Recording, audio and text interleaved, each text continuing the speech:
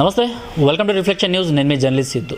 So గోరక్ష గురించి మనందరం వింటూనే ఉన్నాము. గోరక్ష హైదరాబాద్లో ఎలా చేస్తున్నారు బజరంగ్ దళ్ అండ్ హిందూ ధర్మ సంస్థల వాళ్ళు అండ్ అలానే బీజేపీ వాళ్ళు కూడా ముందుకు వస్తున్నారు. అయితే ఇటీవల మనం కొంచెం చూస్తుంటే ఎవరైతే ఈ ఎంఐకి సంబంధించిన నాయకులు ఉంటారో వాళ్ళు గోరక్ష చేసే వాళ్ళను అడ్డుకోవడము, లేకపోతే వాళ్ళే స్వయంగా ఈ ఆవుల్ని అక్రమంగా తీసుకెళ్లడము, అది కూడా సోషల్ మీడియాలో రీల్స్ వేయించుకుంటూ దాన్ని ఒక హీరోయిజం లాగా ప్రొజెక్ట్ చేయడము.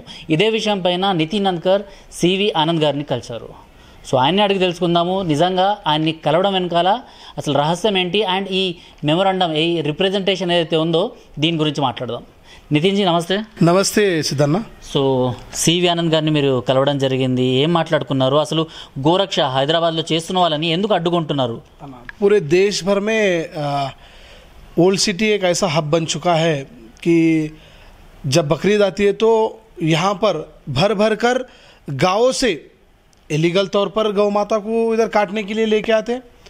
बेचने वाले भी लोग ज़्यादा से ज़्यादा ओल्ड सिटी में बेचने का काम यहाँ पर करते हैं. तो पिछले कई सालों से पुराने शहर में गौ माता को काटने का काम चल रहा है. तो बजरंग दल हो, विश्व हिंदू परिषद हो, राष्ट्रीय स्वयंसेवक संघ हो या और ऐसे कई सारे हिंदू संगठन हैं जो हर साल बकरीद के वक्त यहाँ पर कितना हो सके उतना गौ माता को बचाने का काम करते हैं.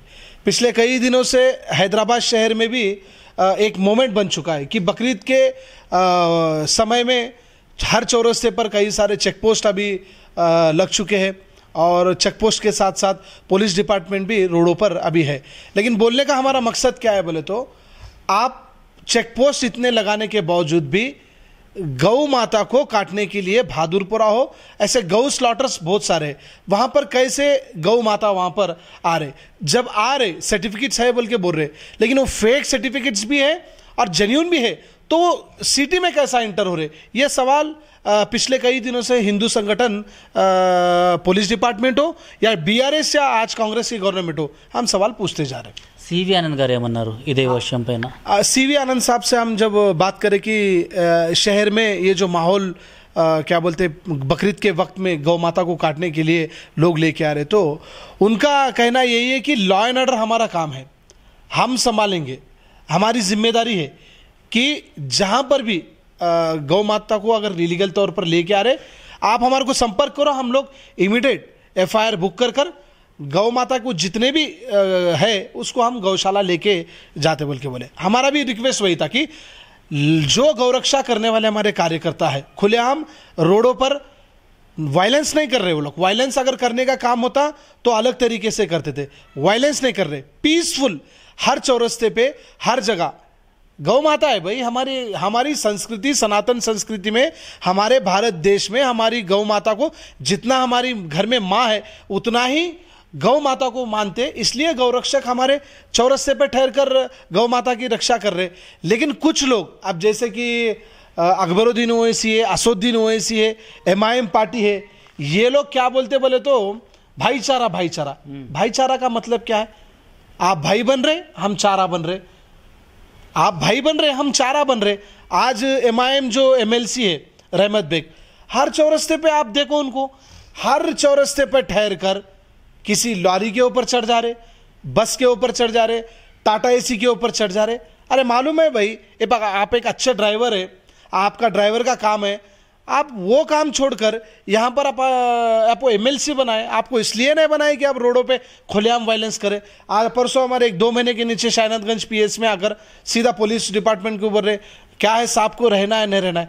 मतलब आप एक संविधान के डायरेक्टली पुलिस को धमकाया जा रहा है सरकार, सीधा आप एक संविधान के पद पर रहकर आपका क्या काम करना है वो काम करने का छोड़कर आप पुलिस डिपार्टमेंट को डराने धमकाने का काम कर रहे, खुलेआम हर चौरस्ते पे ठहर कर गाड़ियों को छुड़ाने का काम कर रहे. अरे आपको अगर लीगल पुलिस डिपार्टमेंट है भाई, हमारे को पुलिस डिपार्टमेंट, आज सीवी आनंद साहब से हमारी बात हुई तो वही बोल रहे, गौरक्षक जो भी है आप वायलेंस नहीं करना है. अगर आपको जहां पर भी गौ माता की गाड़ी मिली हमारे को बोलो, हम एफआईआर बुक करते हैं. आप भी वैसी करो. अगर उतरेंगे तो हम भी उतरेंगे, तो माहौल तो खराब हो सकता है. माहौल अगर खराब नहीं होना तो जो पीसफुल काम करना है वो करे तो अच्छा रहता बोलने के. ये सीपी साहब को हम बोले और अच्छा रिस्पॉन्स आया हैदराबाद पुलिस कमिश्नर सीवी आनंद साहब का. उन्होंने भी अच्छा रिस्पॉन्स करके यही कहा है कि आप लोग वायलेंस के तरफ नहीं जाइए। हमारे को कुछ भी कहीं पर भी अगर आपको गाड़ी दिखती है तो एक टोल फ्री नंबर है, आप कॉल करिए, हम इमीडिएट इसके ऊपर एक्शन लेकर हम इमीडिएट एफआईआर बुक कर जितने गौ माता है उनको गौशाला भिजाने का काम करते हुए बल्कि बोल रहे हैं लोग। రైట్ అశోక్ భాయ్ మీరు చెప్పండి, అంటే మీరు corporator contested and present me old సిటీలో పరిస్థితి ఎలా ఉంది అండ్ కొంతమంది కార్పొరేటర్లు ఎలా అయితే రీల్స్ షేర్ చేసుకుంటున్నారో వాళ్ళు రోడ్ల పైన ఇందాక నితిన్ భాయ్ మాట్లాడినట్టు రోడ్లపైకి వెళ్ళి వాళ్ళు లారీల్ని వాళ్ళని తీసుకెళ్తూ సో ఒక భయానక వాతావరణాన్ని సృష్టిస్తున్నారు. ప్రజెంట్ భాగ్యనగరంలో ఇదంతా ఇప్పుడు రీల్స్ అన్నవి ట్రెండ్ అవుతున్నాయి. సో దీనిపైన మీరేమంటారు? ముఖ్యంగా రహమత్ బేగ్ అనే ఒక మానవ మృగం ఈ రోడ్లపైన వచ్చి విచ్చలవిడిగా పోలీస్ అధికారులపైన జులుం చేసుకుంటూ మీకు ఉండాలా, ఇక్కడ మీరు నౌకరీ చేయాలా, లేదా మేము చెప్పినట్టు వినాలా, ఈ పాతపట్నం అయ్య జాగినట్టు పనిచేస్తున్నారు. అదేవిధంగా గోరక్షకులపైన దాడి చేస్తున్నారు. వారి దాడి చేస్తే దానికి ప్రతి దాడి కూడా ఉంటుంది. మేము గాంధీ వారసులం కాదు, గాడ్సే వారసులం. ఒక చెంప చూపిస్తే తినడానికి సిద్ధం, తిరిగి కొట్టడానికి సిద్ధం. ఎందుకంటే మా వాళ్ళ ప్రాణాలు పోతుంటే మేము కూర్చొని చూసే ప్రసక్తి ఉండదు. అదేవిధంగా ఎక్కడెక్కడనైతే చెక్ పోస్ట్ ఉన్నప్పటికీ కూడా గోవులు స్లాటర్ హౌస్కి తరలి వెళ్తున్నాయి. దీంట్లో అధికారుల లోపం ఉంది. అదేవిధంగా ప్రభుత్వ యంత్రాంగం కానీ ప్రభుత్వం కానీ దీనిపైన పట్టించుకోకపోతేనే మేము అప్పుడు రంగంలో దిగాల్సి వస్తుంది. పోలీసులే చెక్ పోస్టులు ఏర్పాటు చేస్తున్నారు. చెక్ పోస్టులు ఏర్పాటు చేసి గోవుల్ని సిటీ లోపలికి ఎంటర్ కానివ్వట్లేదని చెప్తున్నారు. అయినా కూడా ఓల్డ్ సిటీలు చూసుకుంటే ఎన్నో వందల వేలాది గోవులు కానివ్వండి, నందులు కానివ్వండి, లేకపోతే ఇంకే పశువులైనా కానివ్వండి, సో ఈరోజు కబీలాకు తరలి వెళ్తున్నాయి అండ్ అలాంటి పరిస్థితి కనిపిస్తుంది. మరి ఇది మజ్లీస్ నాయకుడు ఒత్తిడితోటే కొంతమంది అధికారులు నిర్లక్ష్యంగా వహిస్తున్నారు. అందుకనే గోరక్షకులు వాళ్ళు రంగంలో దిగి గోమాతలని తన ప్రాణాల పైన తెగించి కాపాడుతున్నారు. అలాంటి గోరక్షకుల పైన దాడి జరుగుతుంది. దీనికి పోలీస్ అధికారులతో కలిసి చెప్పినప్పుడు మేము నిర్లక్ష్యంగా వహిస్తలేం, పనిచేస్తామన్నారు. కానీ మేము కొన్ని ఆధారాలు చూపించినప్పుడు వాళ్ళు మౌనంగా ఉంటున్నారు. అదేవిధంగా ఇలా సివి ఆనంద్ గారికి కలిసినప్పుడు మేము వివరంగా చెప్పడం జరిగింది. సార్ ఈ పరిస్థితి ఉంది, ఇక్కడ ఉంది అంటే అలాంటిది ఎక్కడ ఉన్నా సరే మీరు డైరెక్ట్గా మనం సంప్రదించవచ్చు. అలాంటి ఎక్కడ నిర్లక్ష్యం ఎక్కడ జరిగినా కూడా యాక్షన్ తీసుకుంటాం. అదేవిధంగా మీరు చెప్పినట్టు ఏ వ్యక్తి అయితే ఎమ్మెల్సీ ఉన్నాడో రహమత్ బేగ్ అని అతను చేసినా ఇంకెవరు చేసినా కఠినంగా చర్య తీసుకుంటాం. లా అండ్ ఆర్డర్ని ఎవరైనా సరే అందరూ కూడా పాటించాల్సి ఉంటుంది. ఎక్కడైనా ఇబ్బందులు ఉంటే మాత్రం మేము అందుబాటులో ఉంటామని చెప్పిండు. అదేవిధంగా ఎక్కడైతే ఈ ఆవులు గోమాతలను తెచ్చే సమయంలో కూడా పోలీసులు చాలా చోట్లలో కూడా నిర్లక్ష్యంగా క్లియర్గా కూడా కనిపిస్తుంది. దీని ముఖ్య కారణం ఏంటంటే పాతపట్నంలో ఉన్న మజ్లిస్ నాయకుల చొరవ వల్లనే ఇవి స్లాట్ హౌస్కి వెళ్ళడం జరుగుతుంది. రైట్, ఇంకోటి ఏంటంటే నితిన్ भाई ये क्वेश्चन आपके लिए है. जब यहाँ पे सीएम के लिए प्रमाण स्वीकारम करते वक्त रेवंत रेड्डी जी इलेक्शन के टाइम पे जब इलेक्शन का कैंपेन स्टार्ट किए थे तब गौ माता की पूजा करके यहाँ से स्टार्ट किए थे. आज इतने सारे गाय यहाँ पे कट रहे, बैल यहाँ पे कट रहे. आज खुलेआम यहाँ पे मतलब गायों को बैलों को लगा के उसके रेट्स को भी इंस्टाग्राम पे रील्स बना के ऐसे डालते हुए जा रहे. रेवंत रेड्डी जी देख नहीं रहे क्या ये पूरा? देखिए, सबसे बड़ी दुर्भाग्यपूर्ण की बात यह है कि इससे पहले के जो मुख्यमंत्री चंद्रशेखर राव थे वो भी हिंदुत्व का जो नाटक मतलब कुछ प्रमाणम स्वीकारम करना है या ना तो कुछ अच्छा काम करना है तो गौ माता की पूजा कर कर अपने कामों को कर रहे. अब दूसरी बार जो अभी ये रेवंत रेड्डी आए, अब उन भी क्या कर रहे, कुछ प्रमाणम स्वीकारम दो, कुछ भी काम कर रहे तो अच्छा काम में गौ माता की पूजा कर रहे. आप गौ माता की पूजा तो कर रहे, लेकिन जो गौ माता को पूजा करने वाले करते करते जो गौ माता को काट रहे उनके साथ आप क्या कर रहे. मैं हमेशा से एक ही बात बोलता हूँ, गौ माता को खिलाने वाली रोटी और गौ माता के साथ खाने वाली रोटी कभी भी भाई भाई नहीं होता.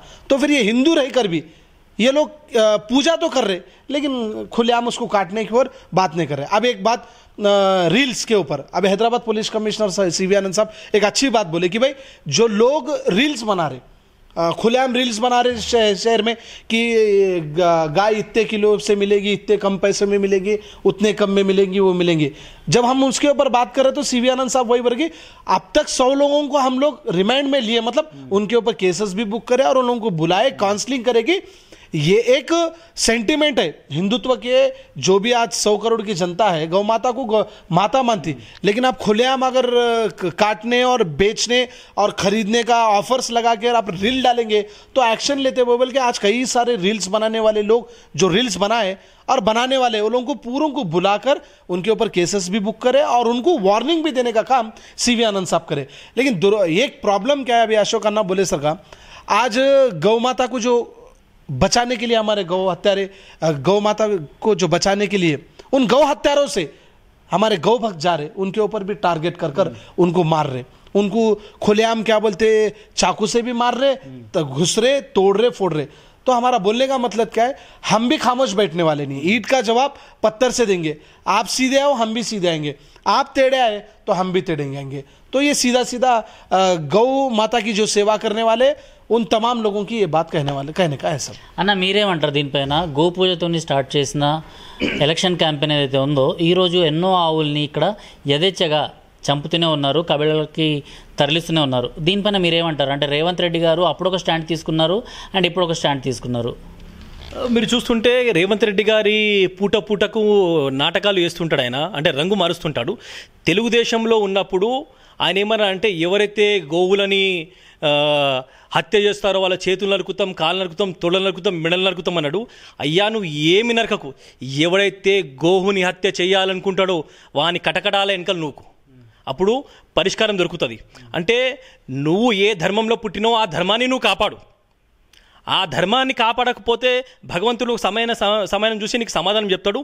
మేము ఈ రాష్ట్ర ముఖ్యమంత్రిగా నిన్ను గౌరవిస్తాం, నీకు మర్యాదిస్తాం. అదేవిధంగా మేము పూజించే, నువ్వు పూజించే గోమాతని కాపాడే బాధ్యత కూడా నీకు ఉంది. కానీ రంగులు మార్చకు, నాటకాలు చెయ్యకు, మనిషిలాగా ఒక మానవత్వ దృక్పథంతో ఆవుని కాపాడే బాధ్యత నీ పైన కూడా ఉందని గుర్తు చేస్తున్నాం. సో ఫైనల్గా మీరు ఏం చెప్తారు ఈ విషయం పైన? जो बकरीद आने वाली है उसके ऊपर कुछ कहना चाहते हो क्या आप? बकरीद आने वाली, चाहे वो हिंदू भाइयों को हो या मुसलमान भाइयों को होंगे, आपके बहुत सारे दोस्त भी होंगे. नहीं देखो, एक बात ये है कि मैं इससे पहले वही बात बोला, गौ माता को खिलाने वाली रोटी और खाने वाली रोटी साथ में, वो कभी भी भाई भाई नहीं होते. जितने भी अगर कोई मुसलमान चाहने वाले होंगे या दोस्त होंगे, आप लोगों को भी सोचना होगा कि भाई हम गौ माता को, हम जैसा हमारे को पैदा करे जैसी माँ है उसी तरह से गौ माता को माता मानते. आप लोगों की रिस्पॉन्सिबिलिटी है, आप लोग भी बाहर आइए, बाहर आकर बोलिए कि नहीं भाई काटना ही नहीं है.